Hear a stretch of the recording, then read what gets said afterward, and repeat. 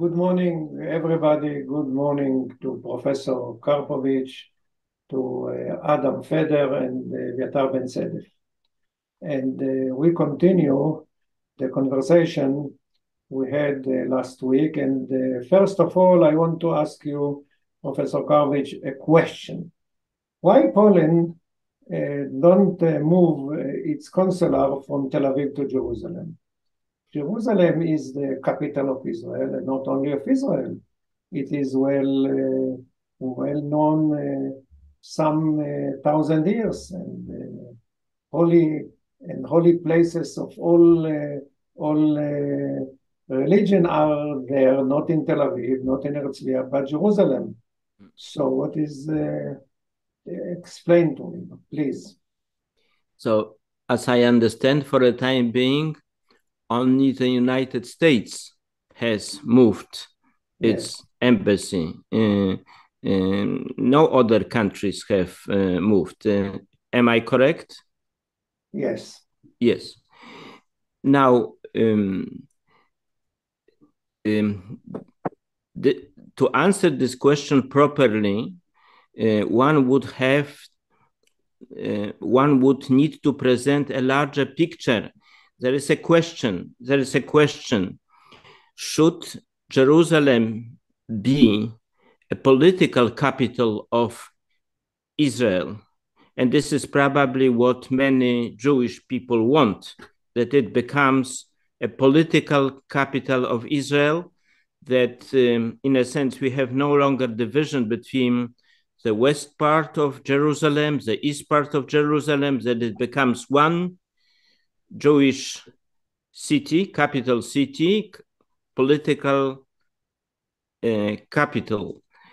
And when I was making my Peace for Israel proposal, this is actually what I have included. I have included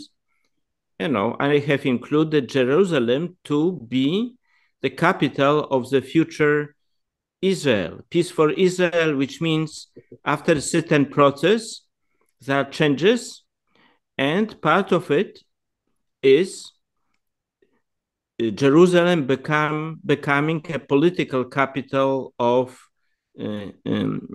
Israel. All Jerusalem or only the west part? No, the whole. In my proposal, I would need to say something about my proposal so you understand what is. But if I would, please forgive me if you will not all agree with me. If I would make the choice, if I was to choose, I personally think, although it may be not realistic because many people will not like this idea, that Jerusalem should be the spiritual capital of the world, not political capital of the world. Because you see, I believe spiritual capital of the world has much greater meaning. In a sense, it is like a world capital. So the question is, what do you really want? Do you want to have a political capital in Jerusalem, but political capital is just related to a country, which is from the point of view of territory, not the greatest country in the world. Yes, maybe it is greatest from other reasons, but territorially, Israel is not a large country. So what do you prefer? What do you really prefer? Do you want to have Jerusalem as a political capital of a relatively small country, or perhaps this is a grand idea to have Jerusalem as the world capital, the capital of the spiritual capital of the world. But spiritual capital of the world, this means, in a sense, this becomes a world capital. So you see, this vision, I have not included this vision. You asked me this question, so I'm answering. I know that people are perhaps not prepared yet for such thinking. But if I was to make a decision, I would make decision, well, Tel Aviv can remain political capital of Israel, And for the Arabs, there will be another city which would become then capital, you know. And I can tell you this in details after I will describe this peace proposal. But Jerusalem becomes the spiritual capital of the world, which means it has even a greater meaning as a place than today, because today it is to some degree already informally a spiritual capital of the world, because it is, of course, a holy place for free religions. But if it is officially named a spiritual capital of the world, then the meaning because there is no such other place in the world. Do you understand the meaning? If Israel becomes spiritual capital of the world, well, I don't see any competitor. For example, Mecca cannot become a capital because it is only for Arab. Varanasi cannot become a competitor because it is only for Hindu. So no, I don't see any competitor for this title. And this is a great title, to be a spiritual capital of the world, because being a spiritual capital of the world, you are in a sense also establishing the capital of the world. By the way, in 1947, the plan of UN to divide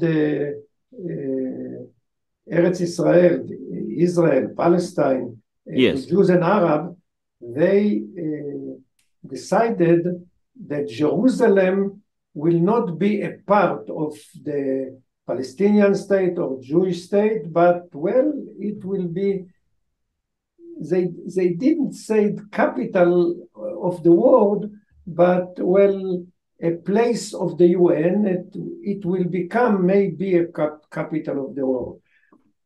As a present, I think that, well, I think the Jews will, most of the Jews, or most of the Israelis will go and will accept this idea, but I don't think that Muslims agree.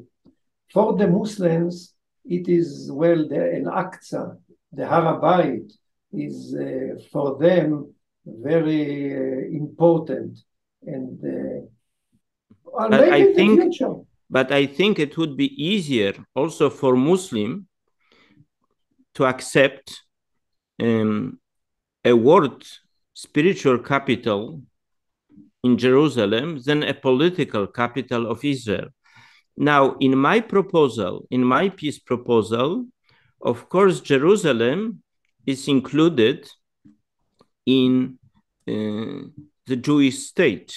So Jerusalem is a part of the Jewish state. It's part of the administration. Okay, I will wait for additional questions, or okay, if you like, I can describe the peace proposal. First of all, some remarks on the Jerusalem issue.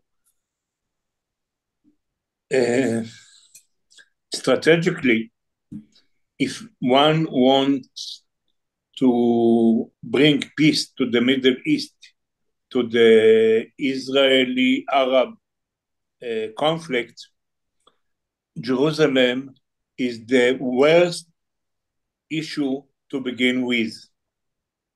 It is, let's say, a mine, a hot potato that can be blown easily. Second remark, Jerusalem was declared by Israel as its political capital, and it was declared in the Bible as the spiritual capital of Israel and the world. So, including Jerusalem in the Jewish state as a spiritual capital of the world and political capital of Israel is obvious, or at least to most of the Jews. I don't agree with Uri. I think that if we come democratically and not by force to a referendum on Jerusalem, on the Jerusalem issue, most of the Jews in Israel will like or want Jerusalem to be in Israel as capital and not Tel Aviv. Tel Aviv is a very, very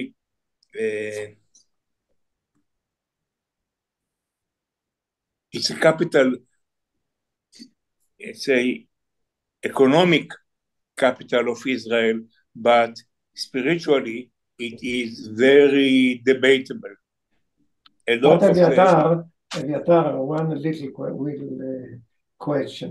Well, of course, most of Jews and Israelis wants that Jerusalem will be political and spiritual, but as I think if in the plan will be also a peace between Muslim world and Jewish or Israeli world, not only about Jerusalem, but the main issue will be peace, as you and me and Adam and everyone can see it, how they agree the Oslo plan.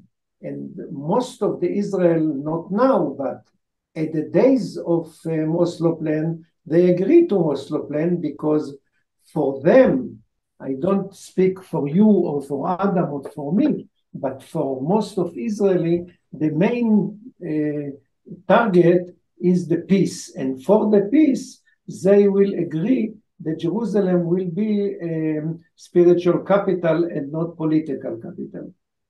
Uri, I guess that if the issue of Jerusalem had been raised during the Oslo Accords debate, most of the Jews in Israel and most of the Jews in the world, worldwide, would not agree to have concession on Jerusalem. Adam, there is a question, where is Jerusalem? Does all the Arab villages that were annexed to Jerusalem included in the definition of Jerusalem? Maybe not, but basically the only places the Arabite, the place, the Wailing Wall, etc., would be very, very.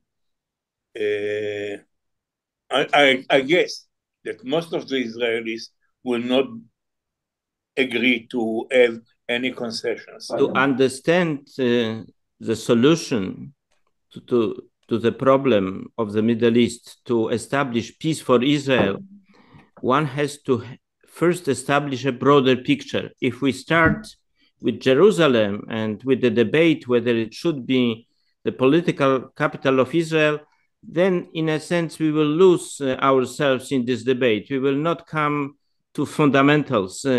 First, you need to understand my proposal, and then we can come back to this topic. But just to answer this question, now, many people do not know that Warsaw is actually the third capital of Poland, historically.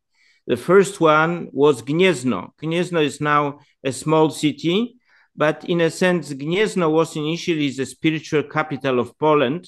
There's a big cathedral church. It is very beautiful, a small city, which is located close to Poznań.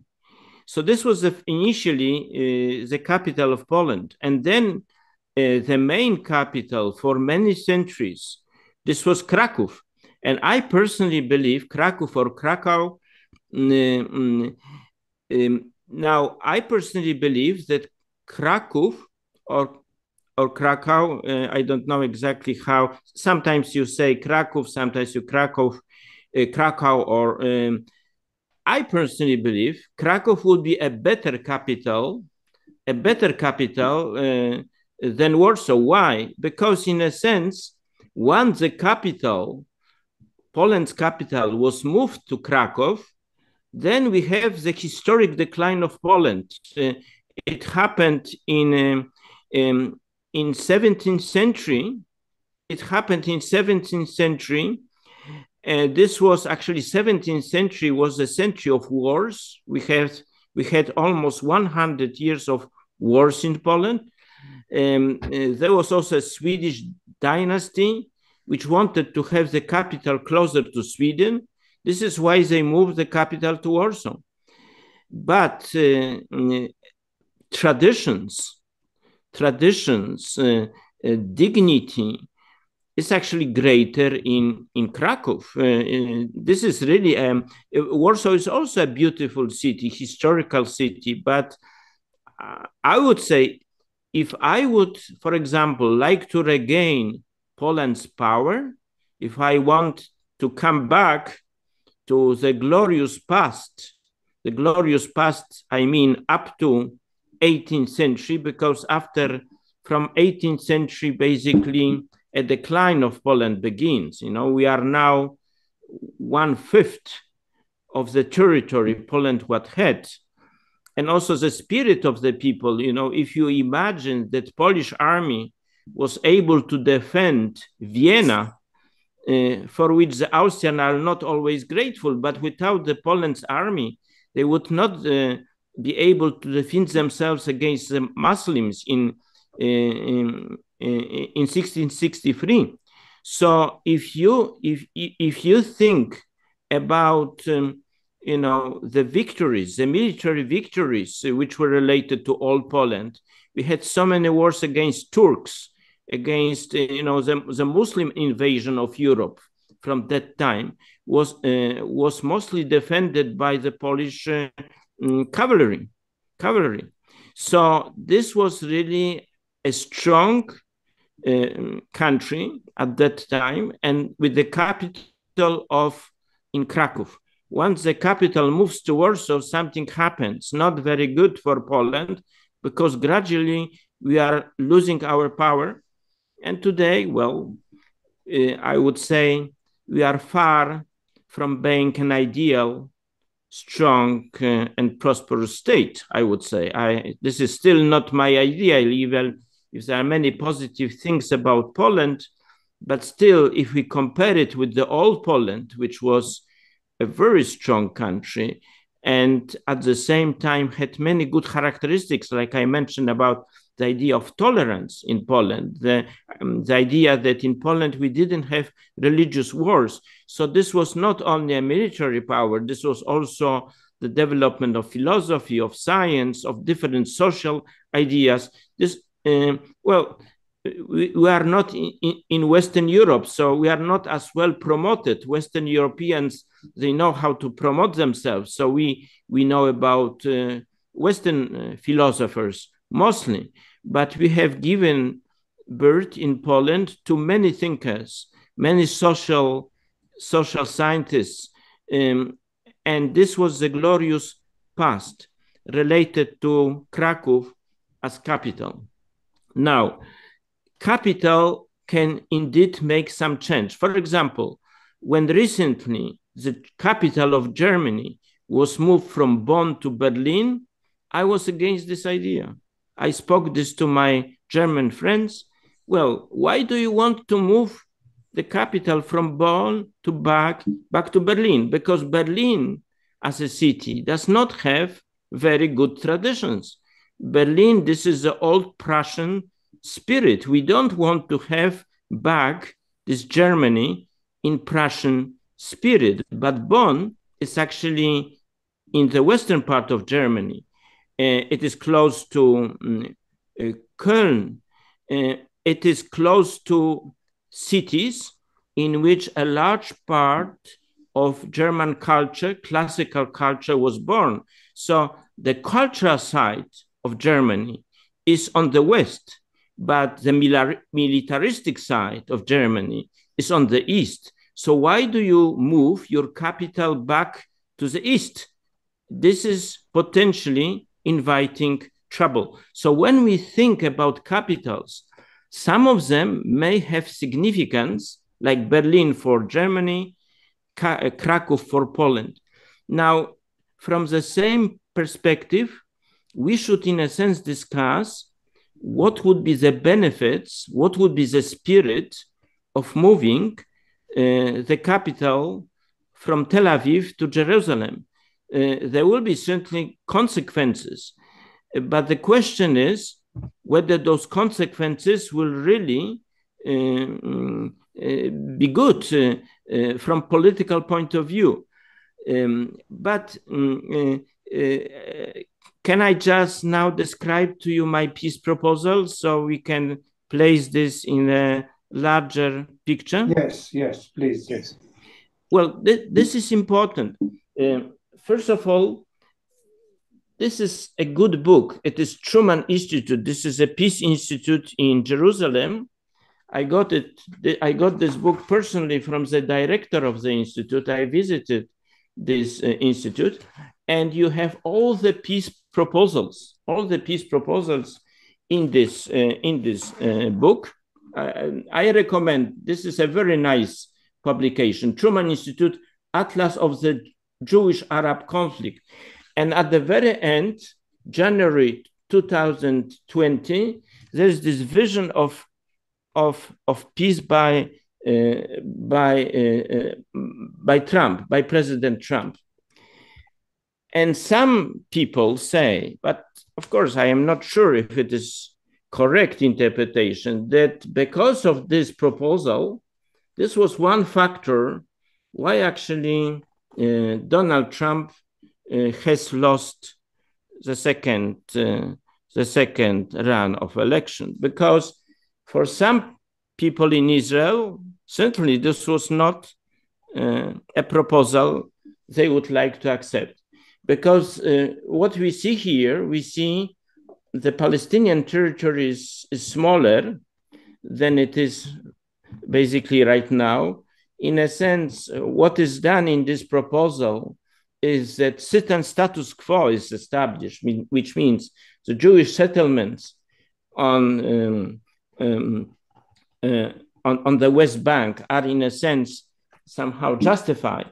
But in this proposal, there is nothing really new. And of course, for those people in Israel, and I think there are many who think that the whole territory of West Bank should belong to Israel, such proposal is not acceptable. Therefore, some US voters of Jewish origin could vote against Donald Trump during the election. Now, my proposal, which I actually made 1 year early, my proposal was made in 2019, is not as well known, of course, as Trump's proposal. It was published in the Jerusalem Post on May 15, 2019. But obviously, I am not as famous person as the President of the United States. Therefore, my proposal was not included. Although I believe it should have been included, because it is, I believe, a unique proposal. Correct me if I am wrong. I don't think that anyone has come exactly to this type of a proposal. And from a point of view of the Jewish community, both in Israel and abroad, I believe that this proposal can be fully acceptable. Because in this proposal, I simply say the whole territory of West Bank should belong to Israel. Now, someone would, in a sense, be shocked after I say this. How it is possible just to say this like this and even make a proposal like that? Now, first of all, I mentioned this last time. If we really want to achieve something, the way is not disinformation. The way is true. So let us just say something what I believe is true. First of all, I believe it is true that, that Israel is historically the land which belongs to the Jews. Can we agree with this? Yes. This is my first assumption, which I believe we can establish as truth, that Israel is historically a land which belongs to the Jews. You know, for many, even if the Jewish community was in a sense expelled from Israel, it is the historical land of the Jews. So this is the first truth and the first assumption in this peace proposal. Then there is a second truth.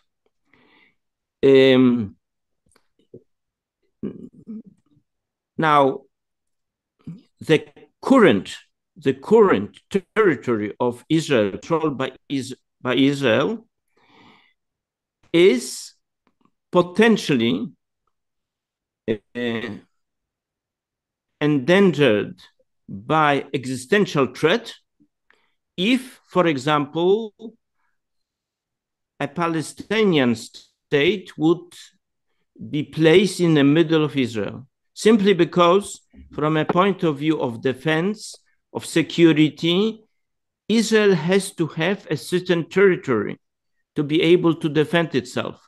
So the second reason why I believe basically the whole territory of current Israel should belong to Israel is security. So those are two basic reasons, historical and security. And I think both of them can be defended as being true. You know, this is quite obvious that Israel is not, will not be secured if a large part of Israel would be, in a sense, removed and a Palestinian state would be, in a sense, established on the West Bank.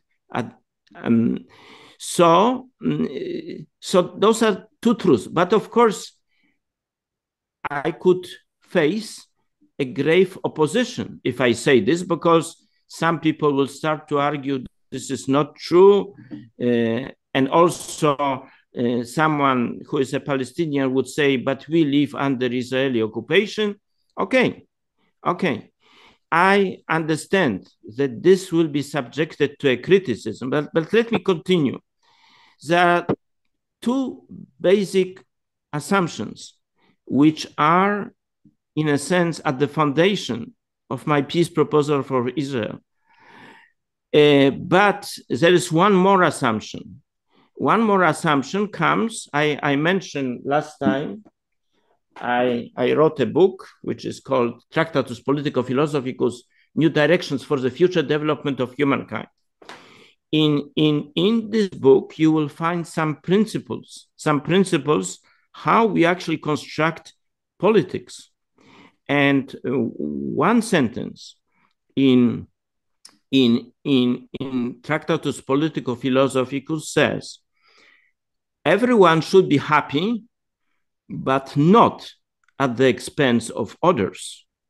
So happiness should be a goal of human life, but we should not be happy at the expense of others.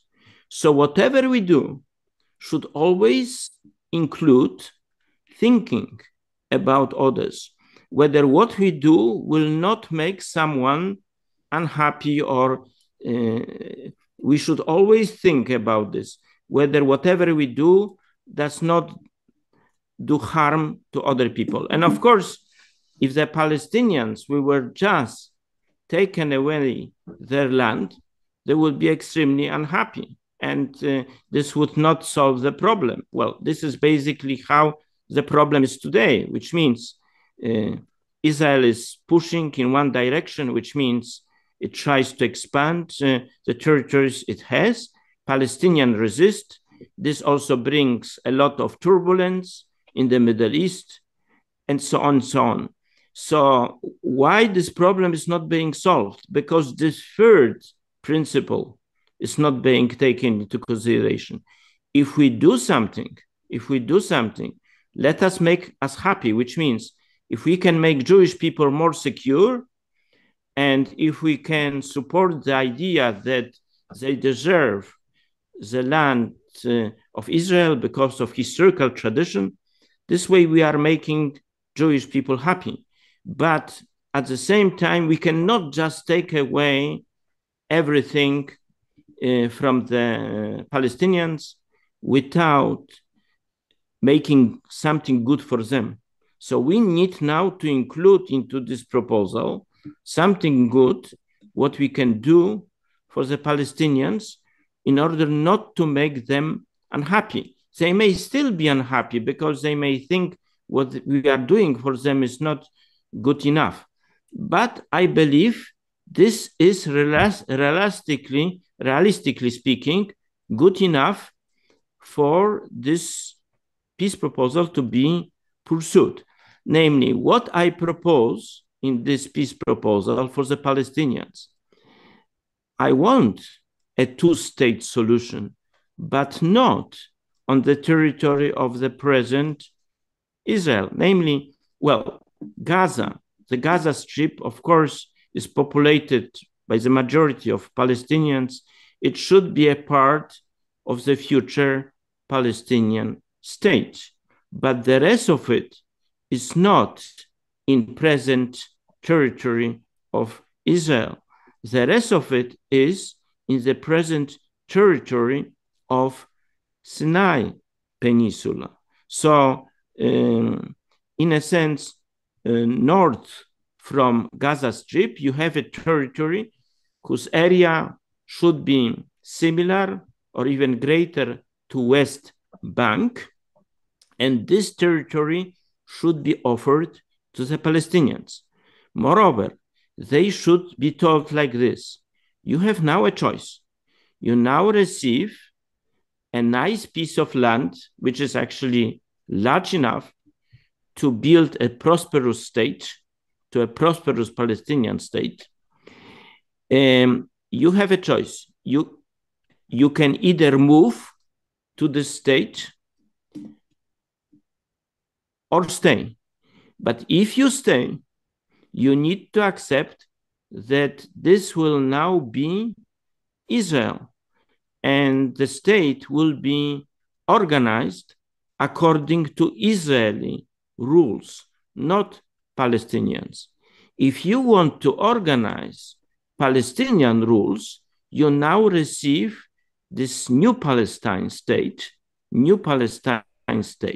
Now, this is not the end. Now, someone would say, what would be the benefit for the Palestinians if they would just get a piece of land in Sinai Peninsula, which is mostly desert and undeveloped? So we don't want to live in poverty.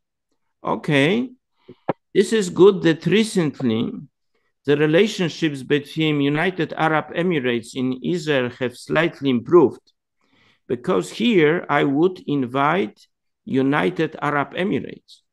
I would say to them like this: listen, congratulations on this, what you have done in your country. You have really developed a very prosperous country in the Middle East with top infrastructure. Actually, many wealthy people emigrate to United Arab Emirates because they feel secure. Our proposal is like this: help us now to build in this land, which we are given to Palestinians on the Sinai Peninsula, a country like yours. Let us give us all the benefits which are like in United Arab Emirates, but let us give them all to this new country. So it will not be attracted. It would not be attracted to the people who live there. It will even attract foreign workers like United Arab Emirates does. 85% of people who live in United Arab Emirates are actually foreign workers who are just coming there because of standard of living, because of security. So let us build now a United Arab Emirates, well, not United Arab Emirates, but a country like United Arab Emirates on this particular piece of land. So this is the whole deal, not only territory, but also a well-developed territory. And of course, in the future, initially Palestinians receive help, but in the longer future, they need to manage this territory. So at certain, let's say 10 years, we are helping, but after 10 years, they need to manage this infrastructure and so on and so on. So this is all up to them, what they will do in this territory. So you see, my proposal is not built on any compulsion. I only want to offer Palestinians a chance. You can continue living like this. You can continue to live in conflict. But it is much better for you, actually, some of you, for example, the Arab Christians, they may like to remain in Israel simply because of churches, of holy places. But I would say for most population, it does not really matter. From a point of view of what they will actually gain, they will gain much more in the new country. Like many people emigrate to Canada, also from Arab countries.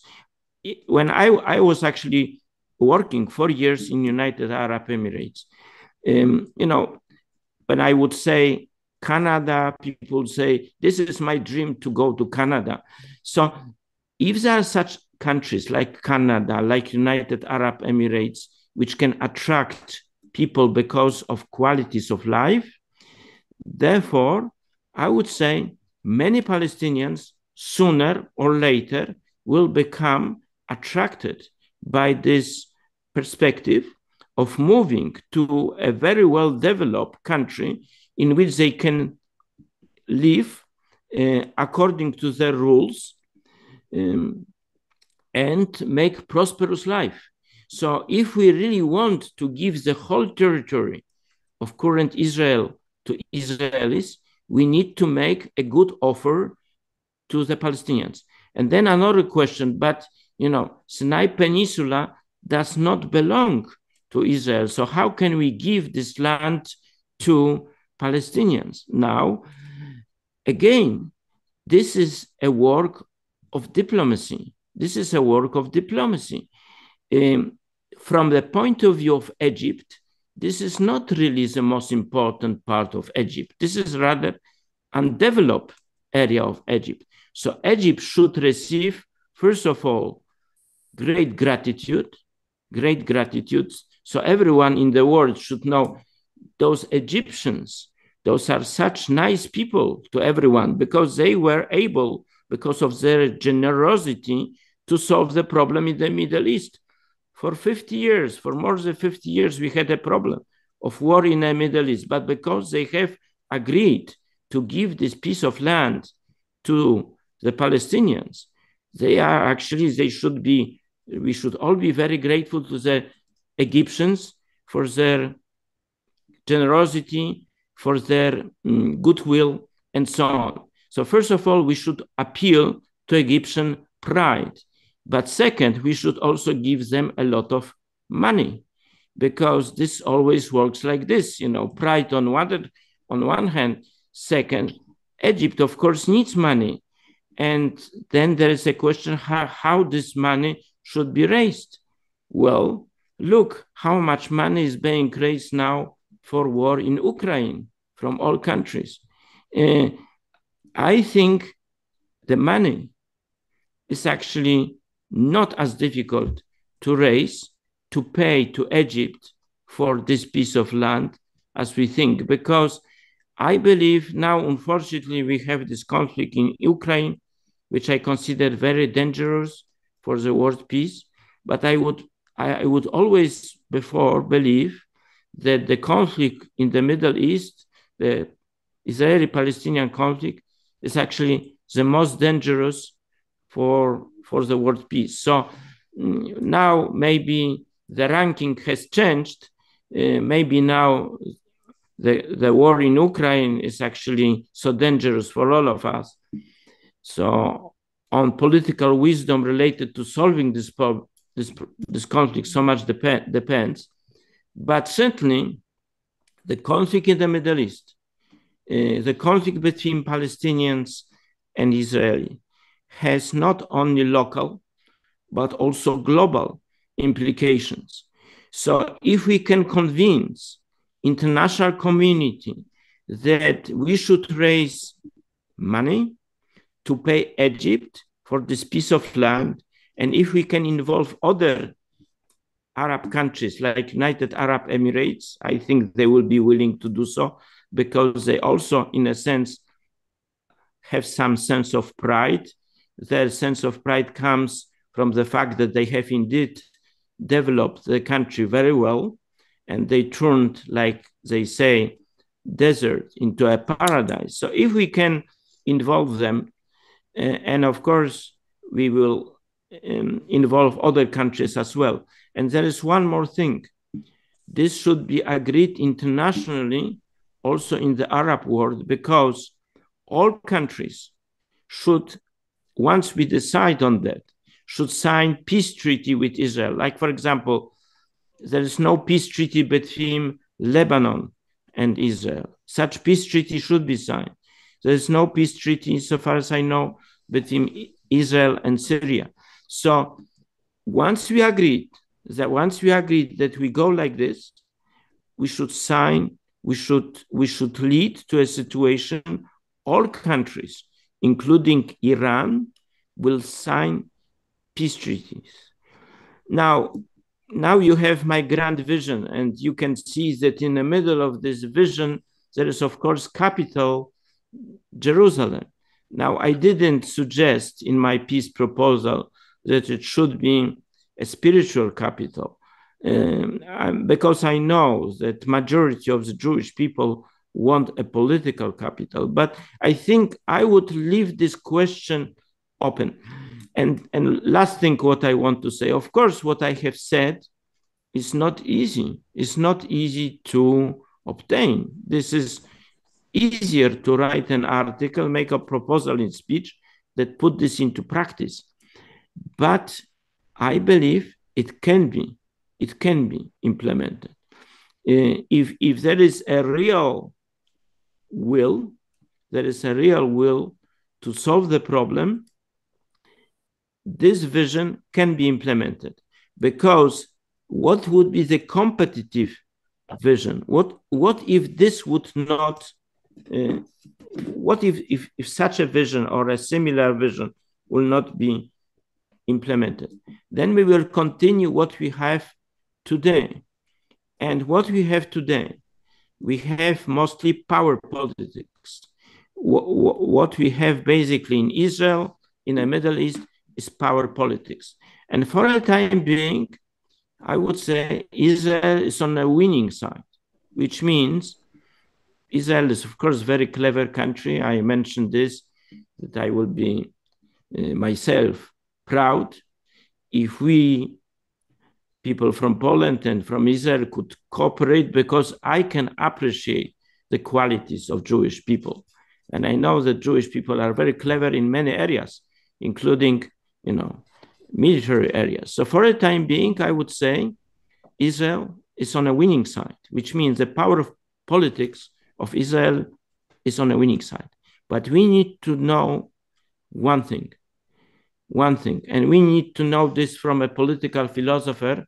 And again, you will find this in Tractatus Political Philosophy, because any power lasts only for a while. Any power. Even if you are successful, our power, other powers, they last only for a while.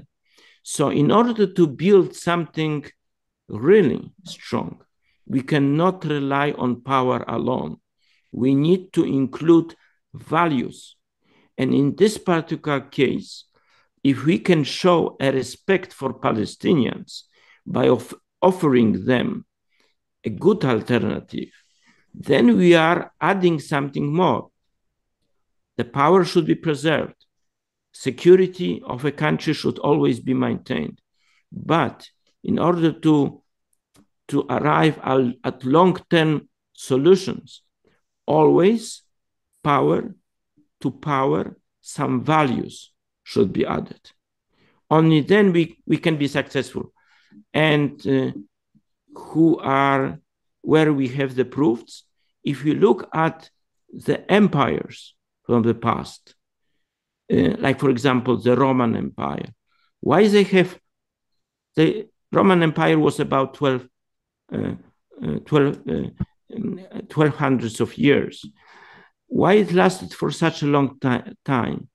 Because they actually were able to mix their power with promoting some values by developing principles of just war, for example. So I must say that I'm not sure about the future of the United States, because they somehow started to forget their classical heritage, and they start to think too much in terms of power alone. From the perspective of my political philosophy, I believe a country which wants to last for a long time should always include some values into power politics. I don't deny the importance of power politics. I think we should always rely on power, but we should add some values which will actually, in the end, lead us to have power, but not being in no need really to use it. This is actually the best situation, when we are a powerful nation, but we don't need to use our power too frequently, too often, simply because we build our relationships based on values. And again, this is diplomacy which can lead us to such solutions. So we should never forget that military power is not enough. We should always involve also clever diplomacy to build a strong state. So, Eviatar, I saw that you wrote many... I like your analysis and even solutions, but I have some remarks, critical remarks. First of all, you ignored religion, and mainly you ignored Islam. In Islam, the world is divided into two: Harb al-Islam, which means art of Islam, land of Islam, which means wherever a Muslim stepped on his foot belongs to Muslims, namely Spain, Vienna, and I don't know what happens now, because you have Muslims in Sweden, you have Muslims in Norway, etc., etc. Okay, so if you go to Arab neighborhoods, villages in the Galilee, you'll find that the name Andalus, the name Alhambra, and other names derived from Spain are frequently used to describe prosperity, success, etc. The other part of the world is called Ard of Harb.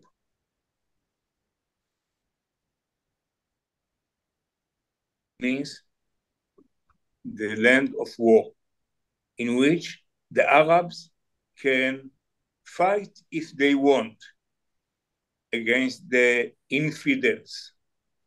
And we are regarded as infidels because we didn't believe we didn't accept Muhammad and his prophecy. So in this analysis, the Muslims will say that no infidel has the right to live in the land of Islam. And if he lives down there, he has to be zimma, inferior vassal, which pays jizya, taxes, in order to obtain the right to live down there in degradation. So the consequence of this philosophy is that no Jewish, Christian, Hindi, whatever state can be formed in the land of Islam. The Muslims as religious order to clean the land of Islam from infidels, and especially political entities. It sounds bizarre, but if you go to the recent history, you'll see that Anwar Sadat, after the Camp David Accords, went to Al-Azhar, the supreme religious institute in Egypt, and asked for a fatwa, verdict, religious verdict on the signature of the accords, because he was afraid that he was regarded as heretic. And he was given a verdict, a fatwa. The fatwa said that even the Prophet Muhammad signed agreements with the enemy, with the infidels. And the famous one is Hudaybiyah agreement, which was violated aggressively by Muhammad, because Muhammad stated that when Muslims are inferior, they have to make concessions, but the concessions are temporary. When we'll have power, when we'll be the superior, we shall attack and regain our rights. So if you take this into consideration with another religious Muslim order, that there is no agreements with the infidels, especially not peace. Peace can be attained only between Muslims, between those who believe in Muhammad and his prophecy. Others are subjected to the Hudaybiyah agreement predicament. So this would have a huge implication. This has a huge implication on the possibility of signing a peace treatment between infidels like us, the Jews, and the Muslims. And I speak religiously, but in the Arab world, in the Muslim world, religion is becoming more and more important. So we have to be aware of it. Can I answer? Can I answer? Yeah.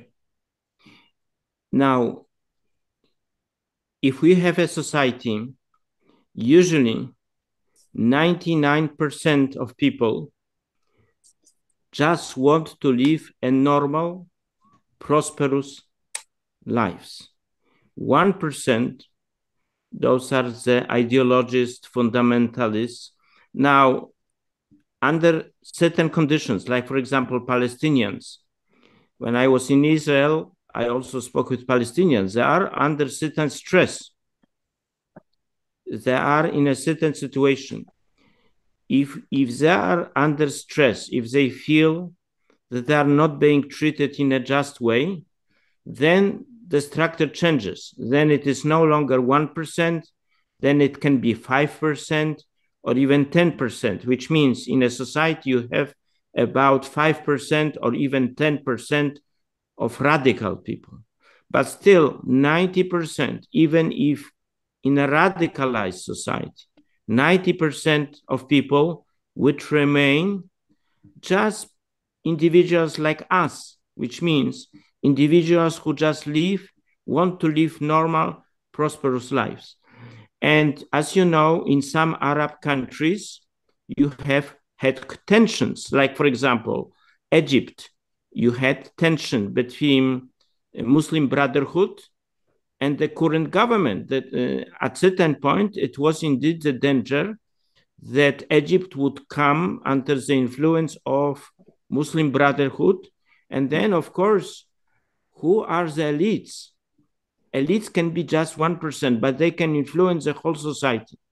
So first of all, for Israel, this is very important that in no Muslim country, in no Muslim country would have a fundamentalist government or radical government, because if you have so-called moderate people in power, they would very often be more interested in their family business than in any grand politics. But of course, if they're endangered, if their family business is endangered, then they can also become aggressive. So first of all, we need to understand that those people who believe in such radical religious statements are always in minority in any society. And the situation is dynamic, which means in some countries, the number can be greater, in some number, it can be smaller.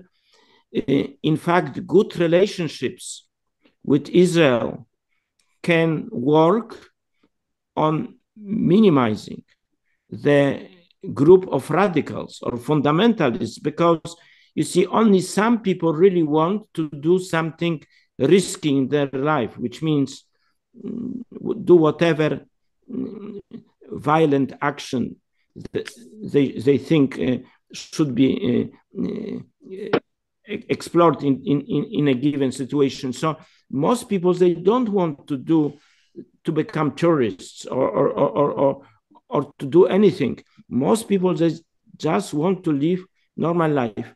And this is very much dependent on our politics towards them.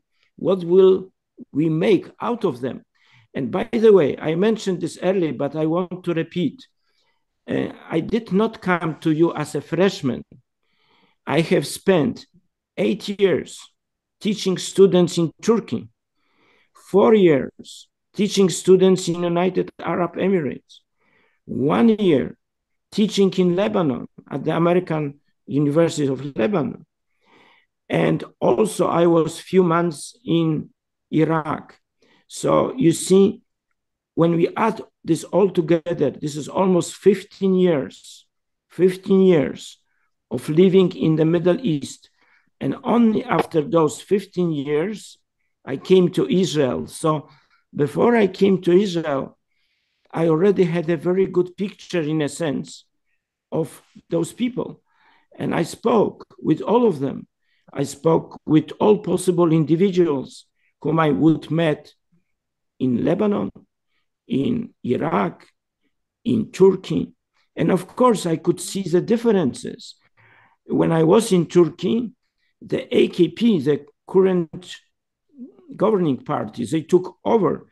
And I wrote an article, Turkey Under Challenge. And after writing this article, I was told that I'm too philosophical and I need to leave the country, because I was warning that, because initially when AKP came to power, they were describing themselves as liberals. And this article was like a warning. It was published in a good journal in Turkey in English, Turkish policy, foreign policy journal. So in a sense, I was saying those are not really liberals. Those are people who will change your country, who will go actually away from the Atatürk Turkey. When I was in Turkey, Bilkent University was very much influenced by the Kemalist elites, and those students, you know, they were very Western. And they were dressing in a Western style. The women would not cover their faces. They were just like almost like European students. Those are the Turkish elites. And I would say what they had in their minds was simply good life, nothing more. And then, of course, AKP and Erdogan, he has kind of an imperial dreams, but this is already the transition to which the country went. So there is always the possibility that the country can undergo a transition, different people can take over power. So this is why politics is always dynamic. Politics is always dynamic, and this is why we cannot rely on values alone, but we need also to rely on power. So this is not that Israel in the future, even if this peace plan will be implemented, will be completely saved. But at least I would say we shall minimize the danger, because in a sense there will be no, if let's say a Palestinian state will be established, then for many people living in the Middle East, for many Arabs, there will be no longer any reason to be hostile towards Israel. And I would say we will remove hostility from the majority. Maybe there will be still some extremist groups, fanatics. They are always like this. But the majority of societies in the Middle East, Arab societies, will be convinced problem has been solved. We should now simply build normal life, normal relations. But a proof for this is also to some degree what happened after the peace treaty between Israel and Egypt. Egypt is not a threat today to Israel because of this what happened. So this is why I believe, I know of course about the dangers which are in Islam, especially if it is radically interpreted. But I would say majority of people in all countries, they just want to live normal lives. But unfortunately, sometimes, like for example, Nazi Germany, Germans were also normal people, but somehow they would allow an extremist group take over power. And then in a sense, the initial years of Nazi government was to affirm their power by removing all political opponents. So of course, such scenario is possible, which means political extremists, they take over a power in a country. This country is just driving the whole society towards some fanatism. Nevertheless, this is the whole work. Politics is not an easy business. You need to include all those considerations. When we are governing a state, we should always take into consideration the changing picture of politics. But I believe this proposal, which I have made, gives a good chance for improving the situation in the Middle East and not to go into next unnecessary conflicts.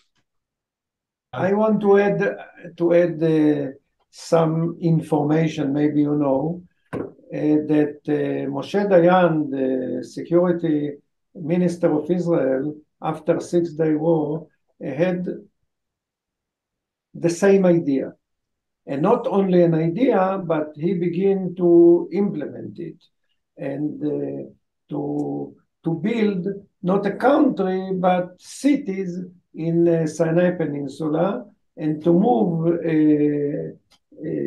Palestinians from Gaza Strip to Sinai. I don't know why they stop it, but what I want to say that some Israelis had the same idea. This is good. Do you know it? No, I didn't know about this. Okay, so I had something. But I can feel Polish soul, because actually Moshe Dayan would come from Poland, yes, as you know. He was born in Poland, yes? Yes. No, in No, Israel. Moshe Dayan was in Israel, but... Was he not born? His father. His father. His father and mother. Aha, okay. Are from Polish... I have a practical proposal for you. You know, you need a diplomat who will be neither Jewish nor Palestinian. Well, first of all, Eviatar wants to say something after we hear Professor Karpovich. Yes, Eviatar, please. The case of Turkey is very, very important. The elite in Turkey, the Turkish elite, was Kemalist. The people were Islamist and extreme Islamist. And therefore, Erdogan, to my analysis, succeeded in turning Turkey from Kemalist to Islamist and want to re-establish the Turkish Empire. Secondly, I would like to mention that two people that brought some kind of agreement with Israel, King Abdullah I and Anwar Sadat, were assassinated. And to the best of my memory, King Abdullah was assassinated in Jerusalem, in the Temple Mountain. Yes. Secondly, I like your economic solution, and the solution is viable. You mentioned United Arab Emirates. I would mention the Chinese farm in the Western Sinai, which became from a desert. Uri knows it very well. He fought under, and now it is almost paradise. Let's say a green paradise. So it is possible. We need a lot of money, and money is available. Money is available. You have the world that can contribute, and also the rich countries of the Arab Peninsula. Third, on the other end, there are a lot of forces or elements that would oppose peace in the Middle East because they are profiting from the war in the Middle East. what President Eisenhower called the defense military complex, the conjunction of defense industry and money and military experts that like to have some, let's say, live laboratories to examine new weapons and to sell a lot of weapons. We spoke about it in regard to the war in the Ukraine. So we have to mention, to consider this possible and no opposition.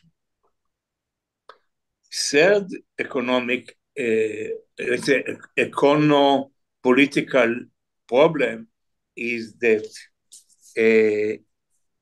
in the Middle East, and especially the so-called Palestinian Authority, is what Amos Perlmutter, the late political scientist, called kleptocracy, the regime of thieves. Arafat was called by his partner 7-Up because supposedly he took 7% of any money that was contributed or sent to Ramallah. Abu Mazen became very rich due to his presidency and his family as well. So we have to think about it. They think about themselves, about their estates, and not on so-called Palestinians' welfare. We see it everywhere in the Arab world. To somehow, we can see it also in Israel, but mainly in the Middle East, Muslim countries.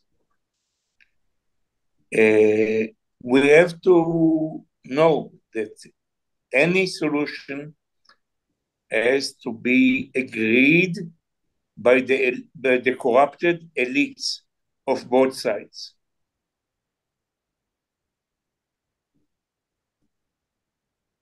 And to my analysis, Dayan's program or plan to resettle Palestinians in the Eastern Sinai was failed because of Egyptian opposition. Egypt regarded the Sinai as a part of its sovereignty. So we have to, first of all, to bring Egypt into the deal and even to pay them very generously to gain their agreement to settle Palestinians on their land. And to the best of my knowledge, Egypt don't like Palestinians. Palestinians are disliked all over the Eastern world, the Middle Eastern world. So they have to swallow this bitter pill to have huge Palestinian population on their sovereignty. I think that there is maybe another potential to implement your idea, and this is my idea. Maybe, and there is a very dispute about it, that the problem of climate will be worse and worse. And will be worse and worse. People all over the world will understand that they should leave problems of war between people, and all of them will united to solve the problem of climate. And in this future, maybe we can come to a situation then can make a peace with Palestinians. Uri, historically, drought brings wars.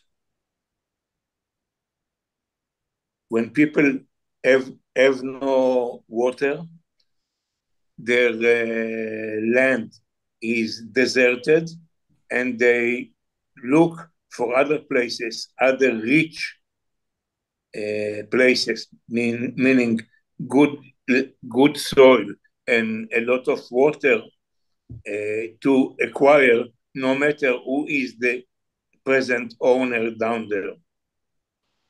First of all, Eviatar, at least nowadays, there is a lot of water in the world. I mean, oceans and Israel, not only Israel, but Israel is one state that solve its problem, that is to say our problem, by taking water from the sea and make it desalination. So we can teach other people and also Palestinians how to do it. So this is not the water is not, at least now, the problem. It is maybe the next 100 years, but now we can also all of us drink water from seas and oceans. Ori, but to create this water, you need a lot of energy. We have energy crisis that brings everything. Desalination is a very good solution, but scientists forecast that there will be severe shortage of food worldwide, and the combination of no water and no food is dangerous. It can explode in huge wars and migrations that will promote more wars. Now, to be honest with you, I'm not sure whether those problems are really natural or whether those problems are in a sense like a game. I'm not sure because I believe the earth still has a lot of resources which are not used. For example, we have now this Ukrainian conflict on which we were speaking before. Why it takes so long? It affects also the food situation in Europe. Yes, it affects energy situation in Europe. So there are some interests, perhaps profiteering in prolonging wars, you see. But if we really conducted foreign policy to the best of our interests, I believe we will solve many of those problems. But there is one more thing which I would like to add. We need also to take into consideration the general direction, civilizational direction in which humanity goes, like profiteering from wars. This is in a sense the spirit of the past, because, okay, if wars were very limited, if they were only destructive to some degree, then someone could even profit for wars. But when we have such wars, like, for example, now this conflict between Ukraine and Russia, in which there is a possibility then that it will develop into a global conflict.